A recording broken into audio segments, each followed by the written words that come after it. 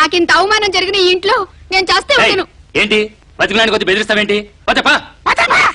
అంటే ఒత్తి చేతులు ఎక్కడైపోతాయా? పాపం దాని అందం చందం మొత్తం నీకే దారపోసే. సరేలే, ఓ 25 లక్షలు దానికి నష్టపరిహారం మారి దాని పట్టది పోసుకుంటది. ఇవ్వను.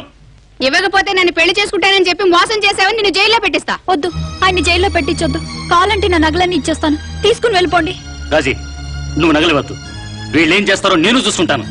ఏంటి చూసేది? నువ్వు దిక్కులు జైల్లో కూర్చొని లెక్క పెట్టాలి. పోచనం ఇలా పని జరగదు కానీ పోలీస్ స్టేషన్ కి ఫోన్ చేయండి. అది కరెక్ట్.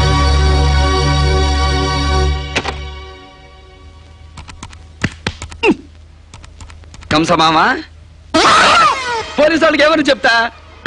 కాకినాడలో ఇదే పద్ధతిలో బుల్లెబ్బాయి గారిని మోసం చేసి రాజమండ్రి సెంట్రల్ జైల్లో 6 నెలలు చెప్పకూడు తినొచ్చిన పంకజం ఇదేనని చెప్పేవి కనుక కొంపలు అంటుకుపోతాయి.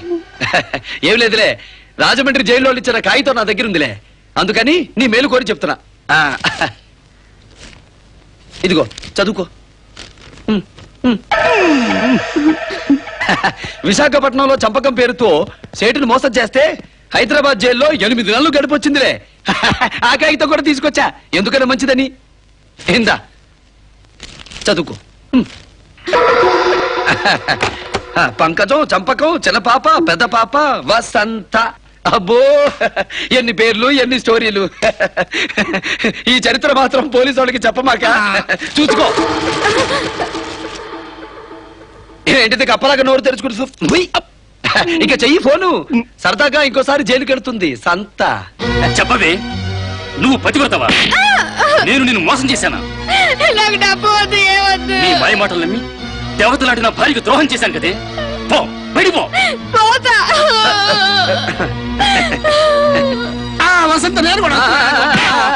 అగర కంస మామ, నీది హింస రూట్ అయితే నాది హంస రూటు. పాలకి పాలు, నీళ్ళకి నీళ్లు విడగొడతా. బాధపడింది. ఎరా డోసులు ఇస్తావా అంట. ఇక వరుసగా నేను ఇస్తాను నీకు డోసులు. ఎలా ఉంది ఫస్ట్ డోసు? నిన్ను పైకి పంపడానికి నేను కింద నుంచి వచ్చా.